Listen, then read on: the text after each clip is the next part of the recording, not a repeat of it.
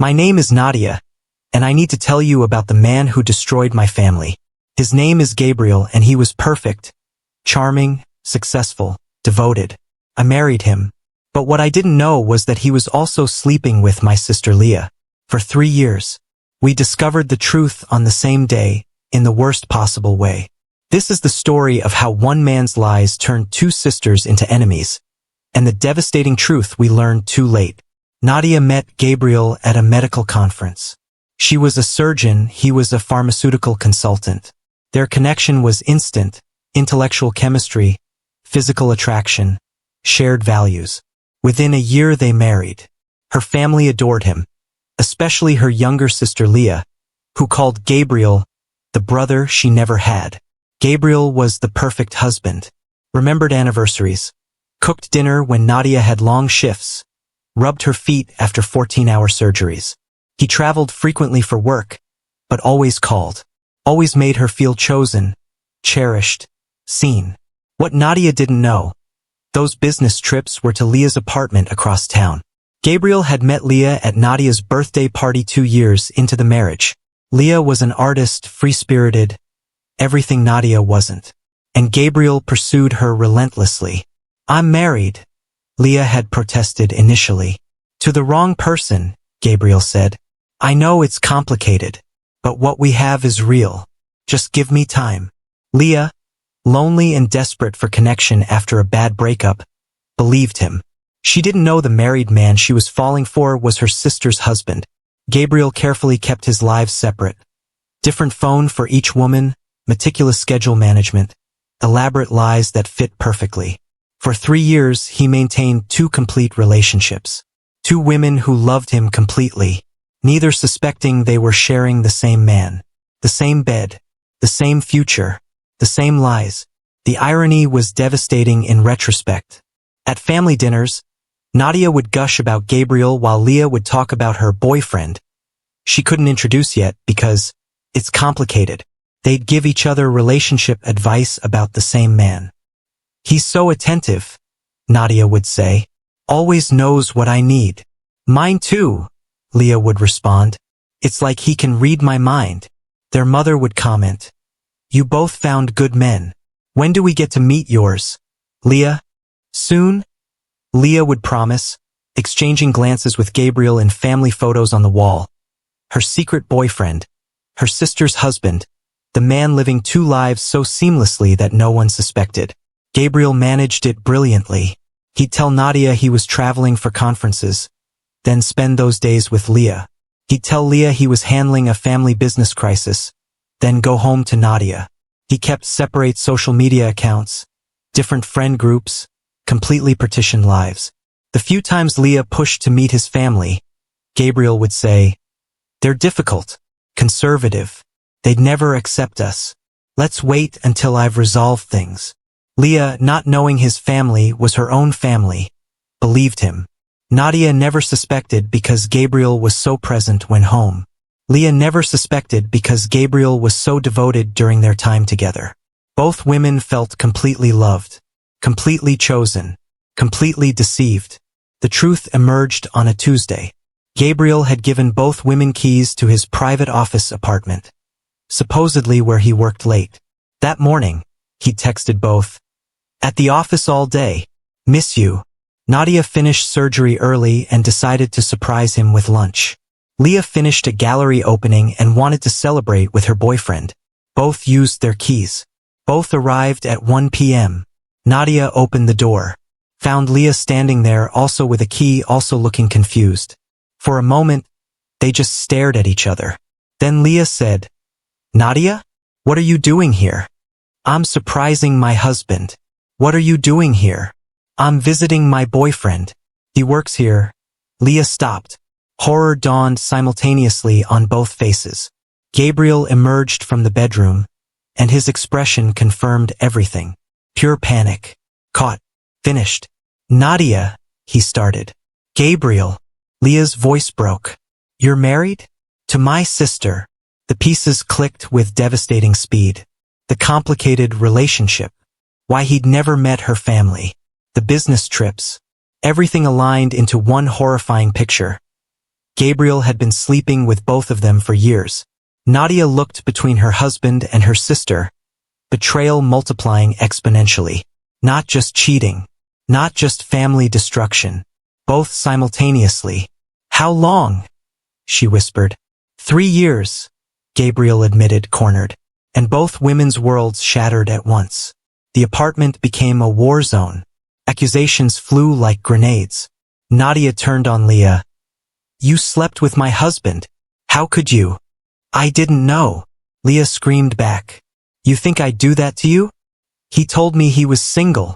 For 3 years you never questioned why you couldn't meet his family?" "He said they were estranged. How was I supposed to know?" Leah whirled on Gabriel. "You monster. You made me the other woman with my own sister." Gabriel tried damage control. "I love you both. I know that sounds insane, but it's true. Nadia, you're my stability, my foundation. Leah, you're my passion, my soul. I needed both of you. You needed both of us?" Nadia's surgeon precision turned surgical in rage. "You're a narcissist running an experiment. We're not people to you. We're supplies." Details emerged through furious questioning. Gabriel had taken each woman to the same restaurants on different nights, bought them identical jewelry, used the same romantic lines. Even the sex, the intimate moments each thought were unique, were choreographed performances he'd perfected through repetition. "Did you ever love either of us?" Leah asked, crying. Gabriel hesitated too long, and that silence answered everything. He loved the situation, the control, the ego gratification of 2 women devoted to him. But love them? He'd loved his own reflection in their adoration. Nadia removed her wedding ring. Leah threw her key at him. They left together, united in betrayal, destroyed by the same man, barely speaking but bound by shared devastation. In the aftermath, both women compared notes. The intimacy they'd shared with Gabriel, sacred, unique, theirs had been carefully duplicated. When Gabriel made love to Nadia, he'd whisper, "You're the only one who understands me." Hours later, in Leah's bed, identical words. Nadia remembered their honeymoon. Gabriel's tenderness, his attention, how he'd memorized her body like studying for an exam. Romantic at the time, calculating in retrospect. He'd learned what worked, then applied it systematically to Leah. Leah recalled their first time together. Gabriel had been nervous, fumbling, or so she thought. "I haven't done this in so long," he'd said. He'd been with Nadia that morning. The nervousness was an act to make Leah feel special, to make her believe she was different. "He said I was the love of his life," Nadia said numbly. "That he'd never connected with anyone the way he connected with me." "He told me the same thing," Leah whispered. Word for word. They realized Gabriel hadn't just cheated. He'd manufactured 2 complete relationships using the same template. Like a software developer reusing code. Efficient. Soulless. The man they'd both loved didn't exist. He was a character Gabriel performed, customized slightly for each audience. The worst part, the physical intimacy. Both women had believed their sexual connection with Gabriel was profound, unique. But he'd been executing the same routine just on different nights with practiced precision. Love for him was a sport with perfect form. The betrayal ignited old sibling wounds. Despite the initial unity against Gabriel, resentment festered. Nadia blamed Leah. "You always wanted what I had. First my clothes, my friends, now my husband." "You're delusional," Leah shot back. "I didn't know he was yours. Stop making this about childhood rivalry. We were both victims. Were we?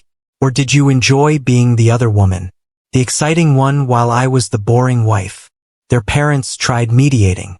Their father said, "Gabriel is the villain here, not each other." But logic doesn't extinguish betrayal's fire.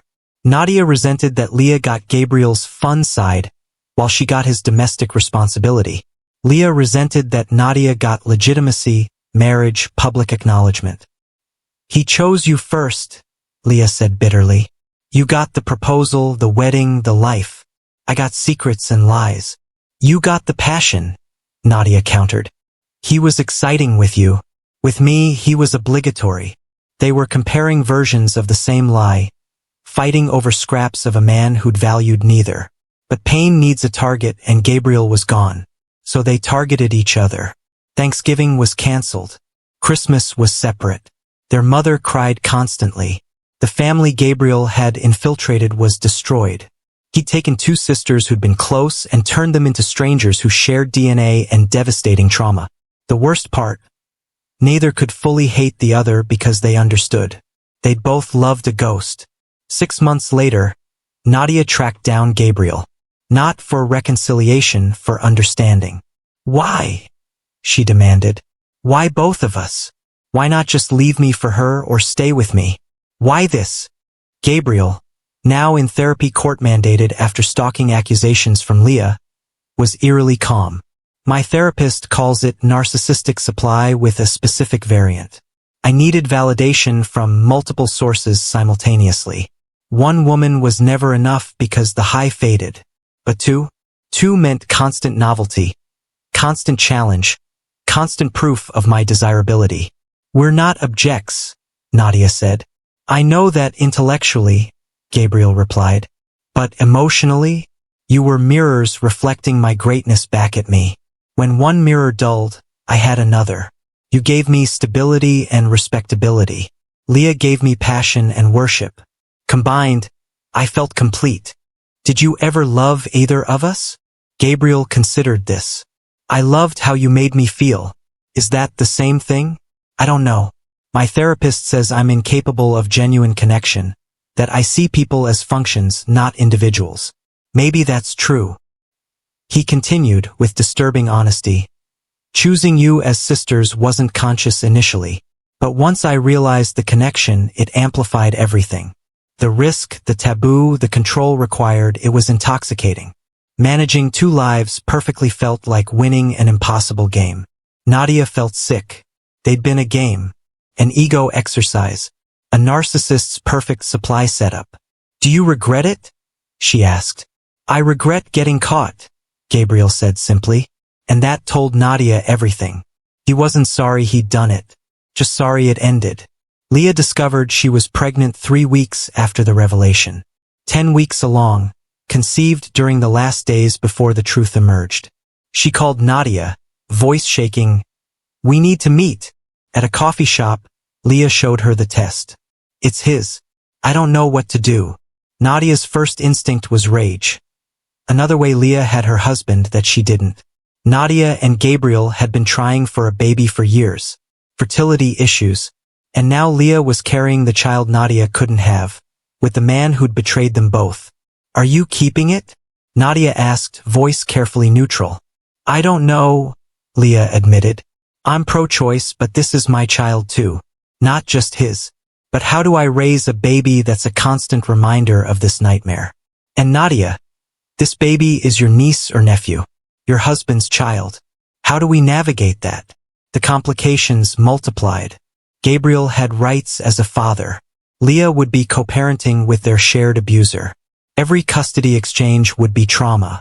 Every family event would be complicated by this child's existence. Innocent victim of Gabriel's manipulation.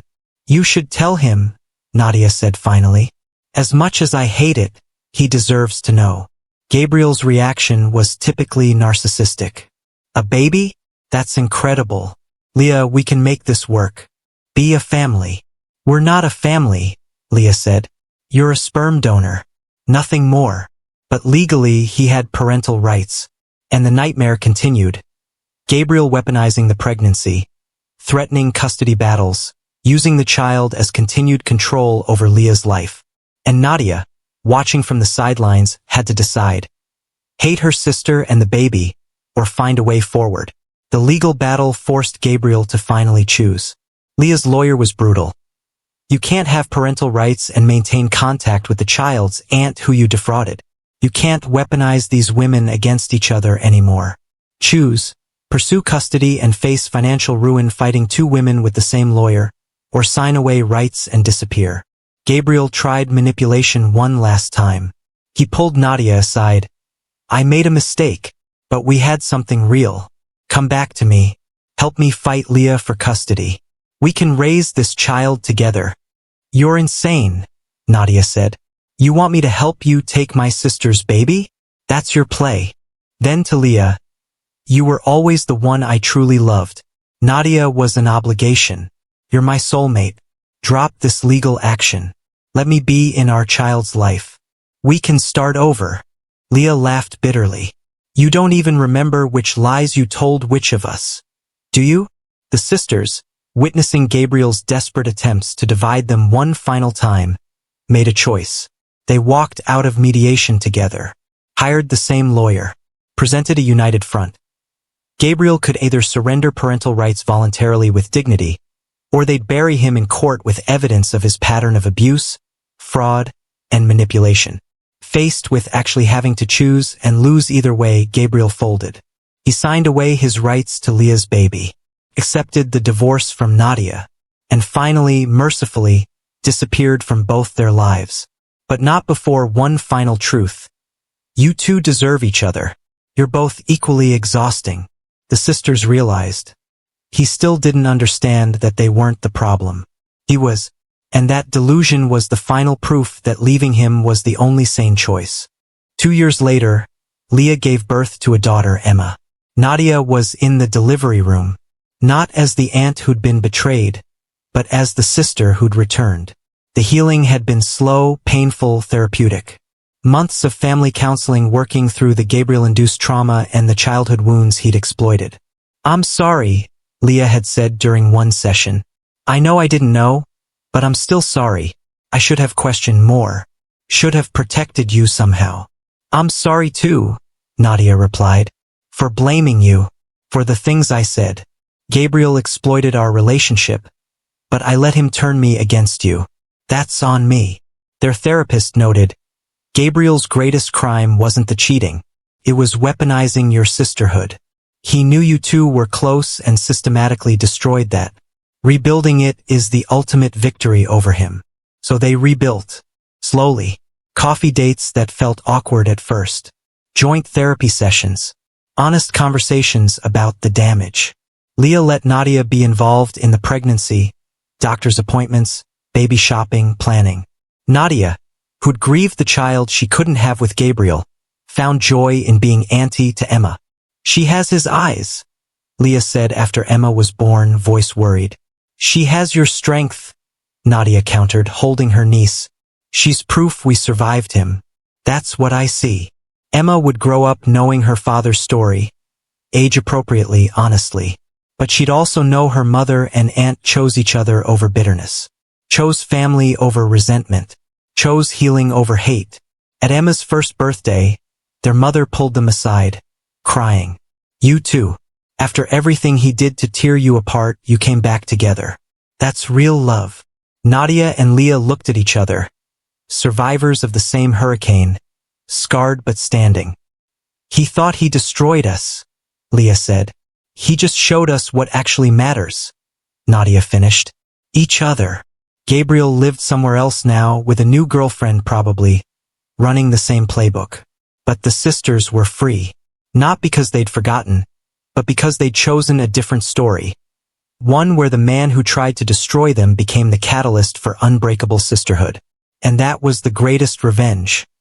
Living beautifully despite him. Loving each other because of surviving him. Proving that even the worst betrayal couldn't destroy the bond that mattered most. They chose each other. Finally. Fully. Forever. If this story hit you hard, like and subscribe to Intro Love Stories for more emotionally complex tales of betrayal, family, and redemption. Comment below.